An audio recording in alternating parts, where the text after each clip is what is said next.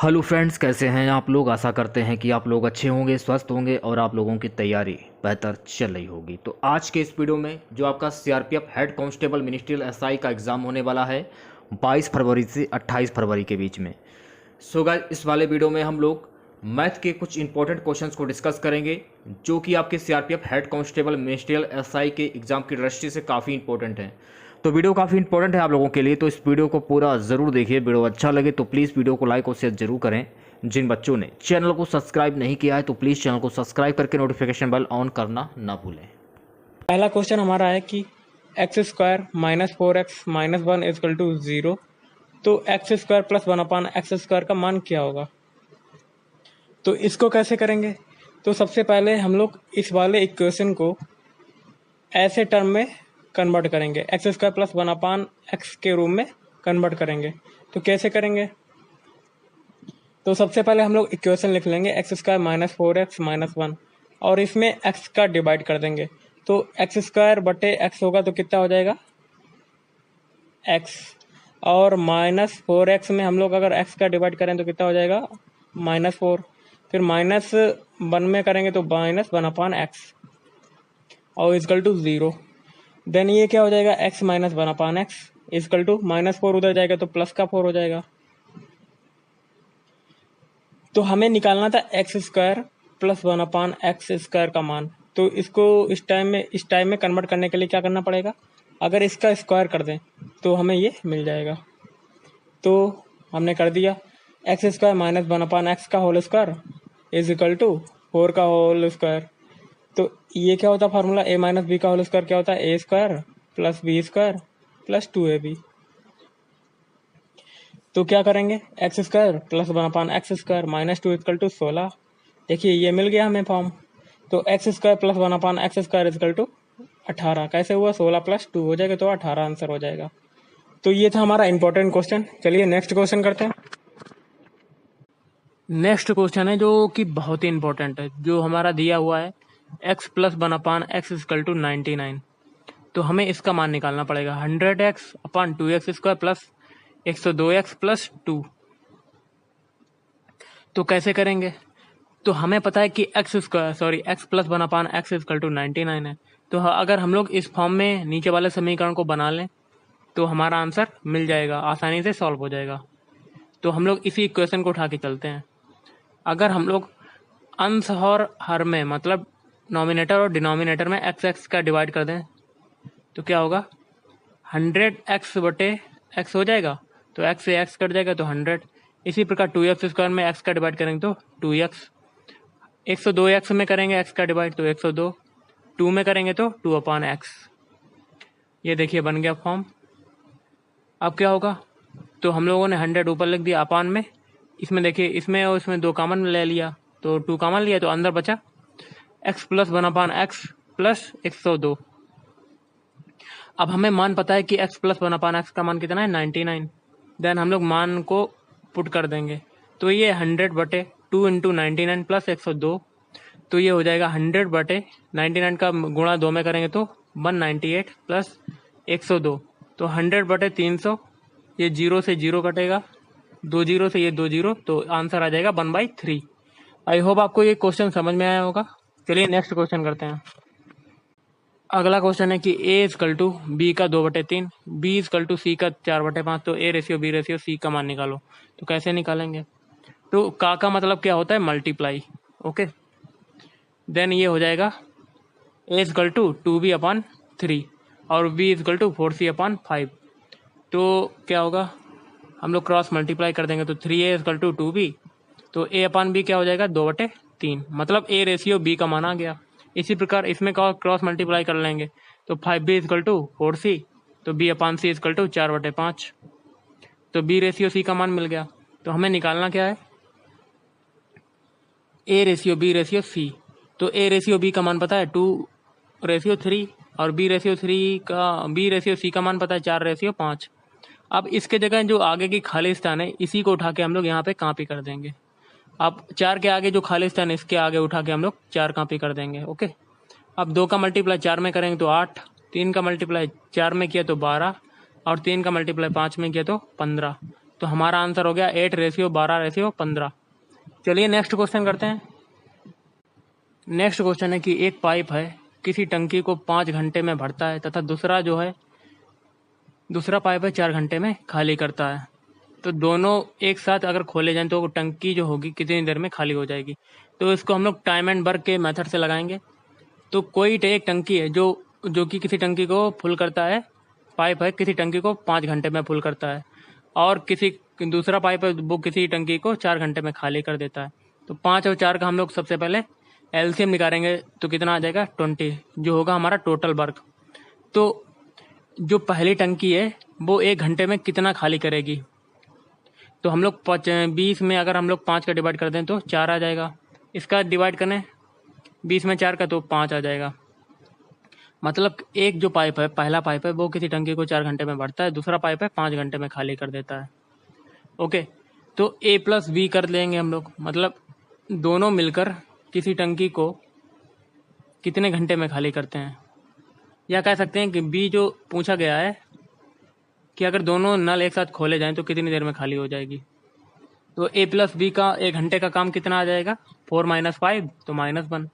तो खाली करने की बात आ रही है तो हम लोग तो माइनस का चिन्ह आ रहा, मतलब खाली कर रही है। ए प्लस बी मिलकर दोनों टंकी 1 घंटे में किसी टंकी को खाली करें तो पूरी टंकी को कितने घंटे में खाली करेगी। तो 20 बटे मतलब टोटल वर्क में हम लोग 1 घंटे का काम डिवाइड कर देंगे। तो 20/1 तो कितना हो जाएगा 20 घंटे। तो दो पाइप मिलकर किसी टंकी को 20 घंटे में खाली कर देंगे। तो यही हमारा आंसर हो गया।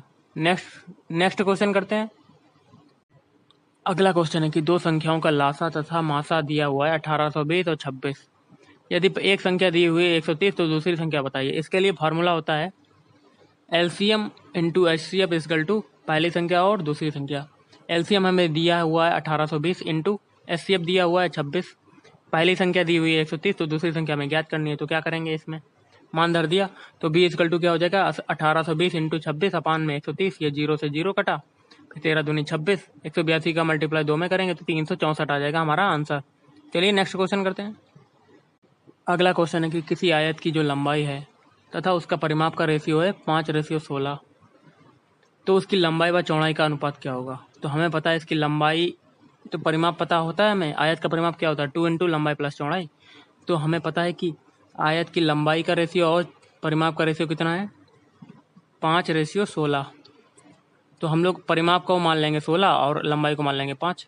इसमें मान पुट कर दिया 16 इक्वल टू 2 5 प्लस बी। ये 2 से 16 कटा तो 8 इक्वल टू 5 प्लस बी। पक्षांतर करेंगे तो बी का मान आ गया 3। तो लंबाई और चौड़ाई का रेशियो क्या हो जाएगा, लंबाई हमें 5 दी हुई है, चौड़ाई निकाल लिया हमने 3, 5:3 आंसर हमारा हो जाएगा। चलिए नेक्स्ट क्वेश्चन करते हैं। नेक्स्ट क्वेश्चन है कि ए किसी कार्य को 18 दिन में तथा बी किसी कार्य को 15 दिन में पूरा करता है। बी ने यह कार्य 10 दिन तक करके छोड़ दिया तो ए अकेला शेष कार्य कितने दिनों में पूरा करेगा। तो इसको कैसे करेंगे, तो हम लोग सबसे पहले डाटा कलेक्ट कर लेंगे। तो ए किसी काम को 18 दिन में करता है, बी किसी काम को 15 दिन में करता है। अब हम लोग टोटल वर्क निकालेंगे। कैसे निकालेंगे, 18 और 15 का एलसीएम निकाल लेंगे तो वो आ जाएगा हमारा 90, जो कि होगा टोटल वर्क। अब ए और बी का हम लोग 1 दिन का काम निकालेंगे। 18 में अगर 90 का डिवाइड करेंगे तो हमारा 1 दिन का काम निकल आएगा। तो 18 पंजे 90 तो 5 आ गया। 15 का 90 में डिवाइड कर दिया तो 6 आ गया। तो इनका 1 दिन का काम कितना हो जाएगा, ए का 1 दिन का काम 5 और बी का 6। तो बी का 1 दिन का काम कितना है 6। तो बी किसी काम को 1 दिन में, मतलब 1 दिन में कितना काम करता है 6 यूनिट। तो 10 दिन में कितना यूनिट काम कर लेगा बी, मतलब बी ये 10 दिन तक अकेला, मतलब बी जो है 10 दिन तक तो मतलब साथ में काम करता है, उसके बाद छोड़ के चला जाता है। उसके बाद आती है ए की बारी। तो ए जो शेष बचा हुआ काम है वो ए करता है। तो 10 दिन का काम कितना हो गया 60 यूनिट, 10 इंटू 6 60 यूनिट। तो बचा हुआ काम कितना रह जाएगा, टोटल वर्क से हम लोग 10 दिन का काम माइनस कर देंगे तो 90 - 60, तो बचा हुआ काम कितना है 30 यूनिट। तो ए का जो 1 दिन का काम कितना है 5, तो बचा हुआ काम कितने दिनों में करेगा, तो 30 में जो बचा हुआ काम है 30 में हम लोग 5 का डिवाइड कर देंगे तो कितना आ जाएगा 6 दिन, 6 डेज। तो आज के इस वीडियो में इतना ही। अगर आपको वीडियो पसंद है तो वीडियो को लाइक और शेयर जरूर करें और हमारे चैनल को सब्सक्राइब करें। अगर आपको इसका अगला पार्ट चाहिए तो कमेंट करके जरूर बताएं ताकि मैं इसका अगला पार्ट प्रोवाइड करा सकूं। पहला क्वेश्चन है निम्नलिखित प्रश्नों में प्रश्न चिन्ह के स्थान पर क्या आना चाहिए। जैसे कि पहला क्वेश्चन दिया हुआ है, इसको लिख लेते हैं कि आपका इक्वेशन क्या है। क्वेश्चन मार्क बराबर 45 इंटू 11 और डिवाइड बाई 3, इसकी वैल्यू क्या आएगी, इसको सॉल्व करना है। तो देखिए, सबसे पहले बॉडमास रूल के अकॉर्डिंग हम लोग छोटा कोष्टक सॉल्व करेंगे। छोटे कोष्टक में आपका क्या है, 45 इंटू 11। तो इसको ऐसे ही बना रहने देंगे और कोष्टक खुल जाएगा आपका। और यहाँ पर देखिए आगे क्या है, डिवाइड बाई 3, तो इसमें बटे में नीचे 3 चला जाएगा। अब 3 से 45 काटते हैं तो 3 एकम 3, 5 15, और गाइस 15 का मल्टीप्लाई 11 में करते हैं तो आपका कितना आ जाता है, तो आपका आ जाता है 165। तो option A is right answer. अगला क्वेश्चन है बहुत ही सिंपल सा, देख लेते हैं। जैसे कि क्वेश्चन है 52, यदि x ratio y equal to 2:3, तो हमें वैल्यू पुट बतानी है 3x प्लस 2y बटे 9x प्लस 9y। तो इसको कैसे सॉल्व करेंगे। तो देखिए यहाँ पर x अपान बाई की वैल्यू आपकी कितनी है, 2/3, और एक इक्वेशन आपको दिया हुआ है, लिख लेते हैं 3x प्लस 2y और बटे में 9x प्लस 9y। तो इसको कैसे सॉल्व करेंगे। तो हम लोग अंश में जो आपका दिया हुआ है, जो हर में दिया हुआ है, इसमें हम लोग x अपन बाई बनाएंगे। मतलब अंश में भी बाई का मल्टी डिवाइड करेंगे और हर में भी बाई का डिवाइड करेंगे। तो यहाँ पर हो जाएगा 3x अपान बाई और प्लस 2 बाई से बाई कट जाएगा तो 2 बचेगा, और बटे में 9x अपान बाई और प्लस 9, ये हो जाएगा। अब हमें x अपान बाई की वैल्यू पता है कितनी है, 2/3। वैल्यू पुट कर देते हैं तो 3 इंटू 2/3 प्लस 2 और बटे में 9 इंटू 2/3 और प्लस 9।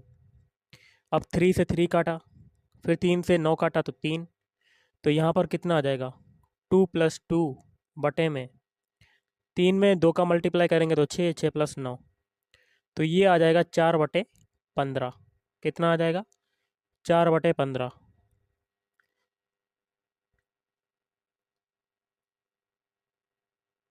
तो देखिए गाइस, आपको बताना चाहूँगा यहाँ पर 9 बाई है आपका, 9 बाई।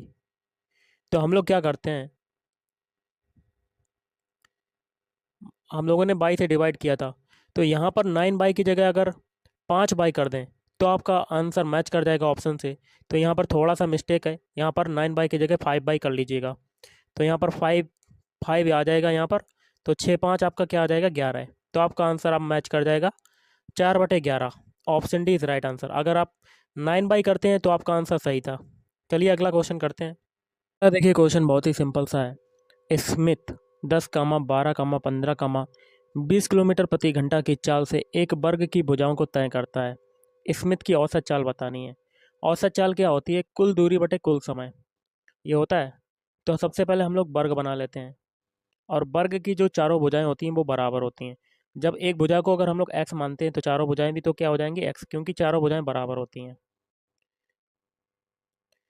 पहले केस में देखिए 10 किलोमीटर की चाल है और पहली भुजा को पार कर रहा है, तो समय कितना लगेगा, t बराबर, तो ये हो जाएगा आपका t बराबर समय हो जाएगा जो दूरी है, दूरी बटे चाल। तो पहले केस में चाल कितनी है, 10 किलोमीटर प्रति घंटा, तो ये हो जाएगी x/10। और दूसरे केस के लिए कितनी हो जाएगी, 12 किलोमीटर प्रति घंटा की चाल है, तो दूसरी भुजा को पार कर रहा है, तो दूरी है x और चाल है 12, तो दूरी दूसरे के लिए हो जाएगी x/12। अब तीसरे के लिए देखते हैं कितनी हो जाएगी, x/15, और चौथे के लिए समय कितना हो जाएगा, x/20, ये हो जाएगा आपका। अब हमें बतानी है औसत चाल, तो लिख लेते हैं औसत चाल बराबर क्या होता है, कुल दूरी बटे कुल समय। कुल समय, कुल दूरी कितनी हो जाएगी यहाँ से, तो पहली x मानी चारों भुजाएं x हैं, तो चारों दूरियों को जोड़ देंगे, x plus x plus x plus x, और समय कितना है पहले में, x/10, और दूसरे के लिए x/12, तीसरे के लिए x/15, और चौथे के लिए x/20। अब इसको सॉल्व करेंगे। तो ऊपर कितना आ जाएगा, ऊपर आ जाएगा आपका 4x, और नीचे कितना आ जाएगा, नीचे जो एलसीएम हो जाएगा 10, 12, 15 और 20 का एलसीएम कितना होता है 180। तो 180 हो गया, तो 10 का डिवाइड हो जाएगा 180 में, तो 18x यहाँ पर आ जाएगा, और प्लस यहाँ पर 12 है, तो 12 में 180 में 12 का डिवाइड करेंगे तो कितना जाए, कितने बार कटेगा 15, और 15 का x में मल्टीप्लाई हो जाएगा, तो यहाँ पर आ जाएगा 15x। फिर प्लस किया, फिर 15 का 180 में डिवाइड किया तो कितने बार कटा 12, और 12 का x में मल्टीप्लाई 12x, फिर प्लस, फिर यहाँ पर आ जाएगा लास्ट के लिए 9x। ये हो गया आपका। अब देखिए 180 जो है वो ऊपर चला जाएगा, तो 4x इंटू 180 बटे में कितना आ जाएगा 18x, 15x, 12x और 9x को जोड़ देंगे, कितना आ जाएगा 54x। तो 18 से काटेंगे, 18 धाम 180, 18 तियाँ 54, 3x ये हो जाएगा, x से x कट जाएगा। अब ऊपर कितना आ जाएगा 40/3, कितना आ जाएगा 40/3। अब 3 का 40 में 3 का भाग देंगे तो आपका कितना आ जाएगा, तो आपका आ जाएगा 13 सही 1/3 प्रति घंटा, किलोमीटर प्रति घंटा, ये आ जाएगी औसत चाल। तो option B is right answer. I hope आपको समझ में आया होगा। चलिए अगला क्वेश्चन देख लेते हैं। क्वेश्चन है बहुत ही सिंपल सा है, कर लेते हैं। एक समबाहु त्रिभुज का क्षेत्रफल है 16√3 वर्ग सेंटीमीटर, इसकी परिमाप कितनी है। देखिए गाइस, समबाहु त्रिभुज का क्षेत्रफल जो होता है वो होता है √3/4 इंटू भुजा स्क्वायर। तो क्षेत्रफल आपका कितना दिया हुआ है 16√3, ये दिया हुआ है। तो हमें बताना क्या है, परिमाप बताना है। तो सबसे पहले भुजा निकाल लेते हैं, √3 से √3 कटेगा, और 4 का मल्टीप्लाई 16 में होगा तो कितने बार हो जाएगा, तो भुजा स्क्वायर बराबर क्या आ जाएगा, भुजा स्क्वायर कितना आ जाएगा 16 चक्कू 64। तो यहाँ से भुजा निकल के आएगी 8, 8 आपका आ गया, 8 सेंटीमीटर भुजा आ गई। परिमाप बताना है, तो परिमाप क्या होता है, समबाहु त्रिभुज का परिमाप होता है 3 इंटू भुजा, ये होता है। तो मल्टीप्लाई कर देंगे 3 इंटू भुजा कितनी है 8, तो 8 24, तो आपका कितना आंसर आ जाएगा 24 centimetre. Option D is right answer. अगला क्वेश्चन देख लेते हैं, बहुत ही सिंपल सा है। क्वेश्चन कहता है दूध और पानी के 1 बिलियन में दूध और पानी का अनुपात 3:2 है। तो 1 बिलियन हम लोग ये देख लेते हैं, तो इसमें जो अनुपात है दूध और पानी का, मिल्क और एम मान लेते हैं मिल्क, और वाटर मान लेते हैं W, इतना है। फिर एक दूसरे बिलियन में दूध और पानी का अनुपात है 2:1, एक दूसरा बिलियन बना लेते हैं। इसमें जो मिल्क और वाटर का जो रेशियो है वो है 2:1, ये है। अब क्या कहता है, पहले बिलियन के 40 लीटर को, तो पहला जो बिलियन है आपका ये कितना है 40 लीटर का, दूसरे बिलियन के 30 लीटर के साथ मिलाया जाता है, तो दूसरा बिलियन कितना है 30 लीटर। तो पूछता क्या है, परिणामी बिलियन में दूध और पानी का रेशियो क्या होगा। तो दोनों बिलियन में हम लोग दूध और पानी का वो निकाल लेते हैं कितने लीटर है, तो उसके बाद हम लोग परिणामी रेशियो निकाल लेंगे कि अनुपात क्या होगा। तो पहले बिलियन के लिए देख लेते हैं, 40 लीटर का बिलियन है जिसमें मिल्क जो है वो 3 रेशियो में है। तो मिल्क के लिए अगर निकालेंगे पहले में तो 3 ऊपर आ जाएगा, और परिणामी मतलब तीनों दोनों को जोड़ देंगे दूध और पानी, तो 3 और 2 कितना होता है 5, और टोटल बिलियन कितना है 40। तो यहाँ से मिल्क निकल आएगा कितने लीटर है, तो ये काटेंगे 5 से, तो 5 8 40, तो कितने बार कटा 8 बार कटा, तो 8 का 3 में मल्टीप्लाई करेंगे तो 8 तियाँ 24, तो 24 लीटर ये हो जाएगा मिल्क। और वाटर कितना बचा आपका 24 लीटर, 40 लीटर में 24 लीटर आपका मिल्क हो गया, तो वाटर कितना बचेगा 16 लीटर, कितना बचेगा 16 लीटर। इन दैट केस अब सेकेंड वाले में देख लेते हैं। सेकेंड में अगर मिल्क का लीटर निकालना है तो कैसे निकालेंगे, तो मिल्क का रेशियो कितना है 2, 2 को ऊपर रखेंगे और दोनों को जोड़ देंगे, मतलब मिल्क और वाटर का जो रेशियो है उनको जोड़ देंगे परिणामी, उसको हर में रख देंगे, तो कितना आ जाएगा 3। और टोटल जो लीटर है बिलियन है वो कितने लीटर का है 30 लीटर का, तो इसे 3 से काटेंगे, 3 दाम 30, तो 10 का मल्टीप्लाई 2 में करेंगे तो मिल्क का जो लीटर निकल आएगा वो कितना निकल आएगा 20 लीटर। 30 लीटर में 20 लीटर मिल्क है, और वाटर कितना होगा फिर 10 लीटर। अब क्या पूछता है, परिणामी विलयन में दूध और पानी का रेशियो क्या होगा। तो दोनों को जब मिला दिया गया तो इन दोनों में मिल्क और पानी का रेशियो क्या होगा, मिल्क और वाटर का। तो मिल्क वाला दोनों का उठा लेते हैं। पहले विलयन में मिल्क कितना है 24, 24 ये, और प्लस दूसरे विलयन में कितना है 20, तो इनको ऐसे जोड़ दिया और बीच में रेशियो लगा दिया। फिर वाटर कितना है दोनों में, 16 लीटर ये है और 10 लीटर ये है, इनको जोड़ दिया क्योंकि हमें रेशियो निकालना है। अब देखिए 24 और 20 कितना होता है, 44, 44। तो 44 रेशियो 16 और 10 कितना हो जाएगा, तो ये हो जाएगा आपका 26। इसको और सिंपल में कन्वर्ट करेंगे तो 2 से काटेंगे तो आपका कितना आ जाएगा, 22 ये आ जाएगा और 13 ये आ जाएगा। तो मिल्क और वाटर का रेशियो कितना आ गया परिणामी विलयन में, 22:13। तो option B is right answer. अगला क्वेश्चन है बहुत ही सिंपल सा। यदि 10 आदमी, मतलब m1 मान लेते हैं, 10 आदमियों की संख्या है तो m1 हो जाएगा 10। एक काम को मतलब W1 वर्क कितना है, एक काम को कितने दिनों में करते हैं, 10 दिनों में, मतलब D1 कितना हो जाएगा, 10 दिन कर सकते हैं। तो उस काम का कितना भाग, मतलब W2 हमें बताना है कितना भाग, काम का कितना भाग। एक आदमी मतलब M2 आपका कितना हो जाएगा, एक, कितना भाग एक आदमी एक दिन में कर सकता है, तो D2 आपका कितना हो जाएगा, एक दिन, ये हो जाएगा। तो इसके लिए एक फार्मूला होता है M1 D1 बटे W1 is equal to M2 D2 बटे W2।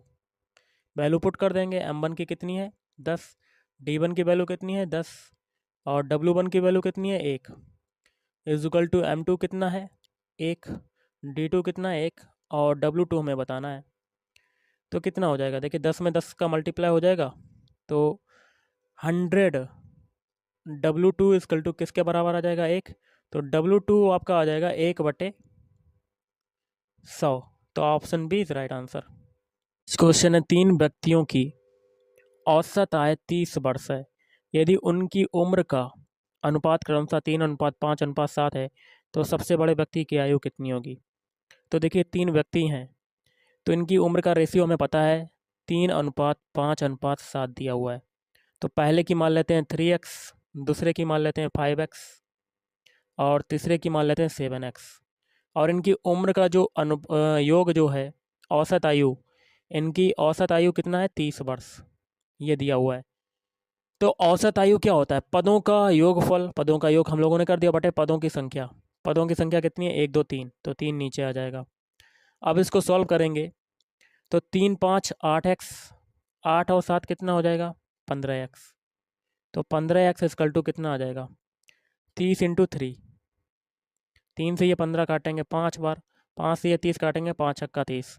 तो x की वैल्यू कितनी आ गई 6, x की वैल्यू कितनी आ गई 6।